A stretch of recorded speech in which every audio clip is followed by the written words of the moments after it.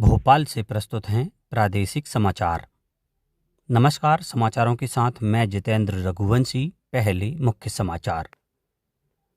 प्रधानमंत्री नरेंद्र मोदी ने कहा कि पिछली कई सदियों से सोमनाथ मंदिर का अस्तित्व देश की सभ्यता की अदम्य भावना को दर्शाता है।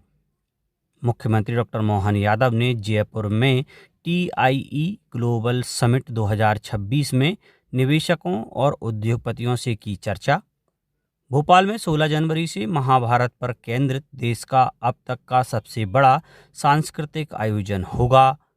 और प्रदेश में कोहरे के साथ गिरा पारा, 20 जिलों में स्कूलों की छुट्टी, कई जिलों में बदला समय। अब समाचार विस्तार से। प्रधानमंत्री नरेंद्र मोदी रविवार को गुजरात के सोमनाथ जाएंगे। सोमनाथ स्वाभिमान पर्व के उपलक्ष्य में सोमनाथ में पूरे वर्ष चलने वाले कार्यक्रमों की योजना है। सोमनाथ में 8 से 11 जनवरी तक कई आध्यात्मिक और सामाजिक कार्यक्रम आयोजित किए जाएंगे। इससे पहले श्री मोदी ने कहा कि पिछली कई सदियों में सोमनाथ मंदिर पर हुए हमलों के बावजूद मंदिर भारतीय सभ्यता की आत्मा के जीवंत उदाहरण के रूप में शान से खड़ा हुआ है। श्री मोदी ने कहा कि यह वर्ष इसलिए महत्वपूर्ण है क्योंकि आज से 1000 वर्ष पूर्व विदेशी आक्रांताओं द्वारा सोमनाथ मंदिर पर पहला हमला किया गया था। प्रधानमंत्री ने कहा कि सोमनाथ शब्द सुनते ही देशवासियों के मन में अद्भुत साहस और गर्व की अनुभूति होती है। उन्होंने कहा कि देश की शाश्वत परंपरा का प्रतीक सोमनाथ मंदिर गुजरात राज्य के पश्चिमी तटीय इलाके प्रभास पाटन में स्थित है। मुख्यमंत्री डॉक्टर मोहन यादव ने राजस्थान के Jaipur exhibition and convention centre में आयोजित Rajasthan Digifest TIE global summit 2026 में मध्य प्रदेश राज्य सत्र में भाग लिया। डॉक्टर यादव ने यहां प्रमुख उद्योगपतियों व निवेशकों से 1-to-1 चर्चा कर मध्य प्रदेश की उद्योग हितैषी नीतियों, निवेश अनुकूल वातावरण और संभावनाओं की विस्तृत जानकारी साझा की। मुख्यमंत्री ने कहा कि मध्य प्रदेश और राजस्थान सदियों से अपनी समृद्ध साझा विरासत, संस्कृति और परंपराओं को संजोए हुए है। मध्य प्रदेश और राजस्थान दोनों साझा विरासत सदियों से, लेकिन नदियों के मामले में थोड़ा मध्य प्रदेश भाग्यशाली। हमारे यहाँ नदियों का मायका है, लगभग 250 से ज्यादा नदियां, लेकिन राजस्थान की थोड़ी कठिनाई है। हमने माननीय भजन लाल जी के साथ बात की, उन्होंने कहा मोहन जी अगर ये मदद हो जाए तो हमारे 13-14 जिले में पीने के पानी से लेकर उद्योग धंधे, भविष्य की संभावनाओं के लिए अच्छा हो जाएगा। हमने कहा बिल्कुल कर देंगे, 5% क्या 7% भी देना हो तो दे देंगे। कृषि मंत्री शिवराज सिंह चौहान ने कहा है कि मनरेगा योजना में पारदर्शिता लाने के लिए विकसित भारत जी रामजी अधिनियम लाया गया है। श्री चौहान ने तमिलनाडु के इरोड में किसानों को संबोधित करते हुए कहा कि योजना में लाभार्थियों के लिए रोजगार की अवधि 100 दिन से बढ़ाकर 125 दिन कर दी गई है। उन्होंने कहा कि योजना के अंतर्गत लाभार्थियों को भुगतान समय पर मिलेगा। कृषि मंत्री ने कहा कि रोजगार मिलने के 15 दिन में लाभार्थियों को राशि का भुगतान नहीं होने पर कानूनी कार्यवाही की जाएगी। उन्होंने कहा कि ग्रामीण बुनियादी ढांचे को मजबूत किया जाएगा ताकि किसानों को लाभ मिलता रहे।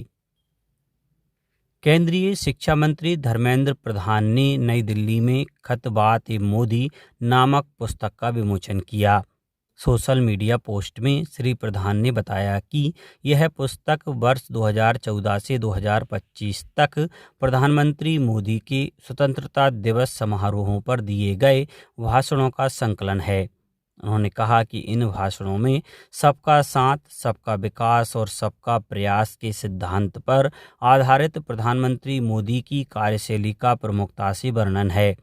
यह पुस्तक प्रधानमंत्री की उर्दू भाषा में अनुवादित भाषणों का संकलन है और इसे उर्दू भाषा के राष्ट्रीय संवर्धन परिषद द्वारा प्रकाशित किया गया है। वैश्विक सभ्यताओं के संघर्ष और औदार्य की महागाथा महाभारत पर केंद्रित देश का पहला और अब तक का सबसे बड़ा सांस्कृतिक आयोजन भोपाल के भारत भवन में 16 से 24 जनवरी तक किया जाएगा। यह कार्यक्रम मध्य प्रदेश शासन संस्कृति विभाग अंतर्गत वीर भारत न्यास द्वारा आयोजित किया जा रहा है। इस 9 दिवसीय समागम में महाभारत के विभिन्न आयामों को लेकर नाटक, नृत्य, नाट्य, कठपुतली कार्यशाला, लोक एवं शास्त्रीय प्रस्तुतियां, अंतर्राष्ट्रीय फिल्म फेस्टिवल, इमर्सिव डोम थिएटर के माध्यम से युद्ध के खिलाफ शांति का संदेश दिया जाएगा। महाभारत ये लगभग 9 दिवसीय समागम है जो भारत भवन भोपाल में आयोजित होगा। इसका जो अनुशासन है वो वैश्विक अंदाज में ही है, जिसमें जापान, श्रीलंका और इंडोनेशिया के प्रस्तुतियां भी होंगी। इसके साथ साथ मध्य प्रदेश और देश के जो विभिन्न राज्य हैं वहाँ के भी जो कलाकार हैं, रचनाकार हैं, वो इसमें सहभागी होंगे। फिल्म के प्रदर्शन भी होंगे, कठपुतलियों की प्रस्तुतियां भी होंगी, नाटक भी हैं, कविता भी है, संगीत भी है, लोक और जनजातीय कलाकारों की प्रस्तुतियां भी हैं। वर्ष 2025 देश की विकास यात्रा में महत्वपूर्ण अध्याय साबित हुआ है। इस दौरान नीतियां प्रगति में और संकल्प प्रभाव में बदला है। इस दौरान नीतियां प्रगति में और संकल्प प्रभाव में बदला है। 2025 में बिजली, परमाणु ऊर्जा, स्वच्छ ऊर्जा परिवर्तन और रणनीतिक खनिजों से जुड़े लंबे समय से लंबित सुधारों को जमीन पर लागू किया गया। 2025 में शांति विधेयक के पारित होने के साथ ही भारत के नागरिक परमाणु ऊर्जा क्षेत्र में दशकों से चली आ रही रुकावट समाप्त हुई। हम नए नए डैम बना रहे हैं ताकि हाइड्रो का विस्तार हो और हमें क्लीन एनर्जी की उपलब्ध हो। न्यूक्लियर एनर्जी में 10 नए न्यूक्लियर रिएक्टर तेजी से काम कर रहे हैं। 2047 तक परमाणु ऊर्जा क्षमता 10 गुना से भी अधिक बढ़ाने का संकल्प लेकर के आगे बढ़ रहा है। अब हमने प्राइवेट सेक्टर के लिए भी परमाणु ऊर्जा के द्वार खोल दिए हैं। वर्ष 2025 में राष्ट्रीय क्रिटिकल मिनरल मिशन के जरिए भारत ने महत्वपूर्ण खनिजों को लेकर अपनी रणनीति बदली और लंबे समय से चली आ रही कमजोरियों पर ध्यान दिया। देश के बिजली क्षेत्र को मजबूत करने के लिए बिजली संशोधन विधेयक 2025 लाया गया, जिसमें बिजली वितरण में प्रतिस्पर्धा, नेटवर्क के आधुनिकीकरण और वित्तीय अनुशासन पर जोर दिया गया। नवीकरणीय ऊर्जा के क्षेत्र में भी 2025 में भारत की वैश्विक नेतृत्व की भूमिका और मजबूत हुई। बड़े सौर पार्कों और पवन ऊर्जा परियोजनाओं से लेकर पीएम सूर्य घर योजना और किसानों के लिए पीएम कुसुम योजना तक स्वच्छ ऊर्जा का विस्तार घरों, खेतों और उद्योगों तक पहुंचा। 2025 के मध्य तक भारत कुल नवीकरणीय ऊर्जा क्षमता में दुनिया में चौथे, पवन ऊर्जा में चौथे और सौर ऊर्जा में तीसरे स्थान पर पहुंच गया। गैर जीवाश्म ईंधन स्रोत अब कुल स्थापित बिजली क्षमता का लगभग 44% है, जो 2030 के लक्ष्य से अधिक है। साथ ही भारत की जीडीपी की उत्सर्जन तीव्रता में भी लगातार कमी आई है। सौम्य शरण के साथ अक्षित वैद्यान, आकाशवाणी समाचार, दिल्ली। प्रदेश सरकार महाविद्यालयों में पढ़ाई व्यवस्था सुधारने के लिए 1239 पदों पर असिस्टेंट प्रोफेसर की भर्ती करेगी। इसके लिए एमपीपीएससी ने प्रक्रिया शुरू कर दी है। पहली बार असिस्टेंट प्रोफेसर भर्ती परीक्षा में नेगेटिव मार्किंग का भी प्रावधान किया गया है। छात्रों को गुणवत्तापूर्ण शिक्षा उपलब्ध कराने के लिए 2022 से अब तक 3 साल में एमपीपीएससी चौथी बार असिस्टेंट प्रोफेसर की भर्ती करेगी। अब बात मौसम की। प्रदेश इस समय कड़ाके की ठंड, शीतलहर और घने कोहरे की चपेट में है। तेज सर्दी और कोहरे को देखते हुए प्रदेश के 20 जिलों में स्कूलों में अवकाश घोषित किया गया है। नर्मदापुरम में अगले 2 दिन 6 और 7 जनवरी नर्सरी से कक्षा 8 तक के स्कूलों की छुट्टी घोषित की गई है। वहीं भोपाल और धार जिलों में बच्चों को ठंड से राहत देने के लिए स्कूलों के समय में बदलाव किया गया है। सीहोर जिले में सुबह सीजन का सबसे घना कोहरा छाया रहा। घने कोहरे के कारण विजिबिलिटी घटकर लगभग 15 मीटर रह गई, जिससे एक इमारत से दूसरी इमारत को देख पाना मुश्किल हो गया। ग्वालियर, दतिया, निवाड़ी, छतरपुर, उमरिया, राजगढ़ सहित कई जिलों में शीतलहर का असर देखा गया। मौसम विभाग के अनुसार अगले 2 दिनों तक प्रदेश में इसी तरह का मौसम बने रहने की संभावना है। खंडवा में न्यूनतम तापमान 8 डिग्री और अधिकतम 23.5 डिग्री सेल्सियस दर्ज किया गया।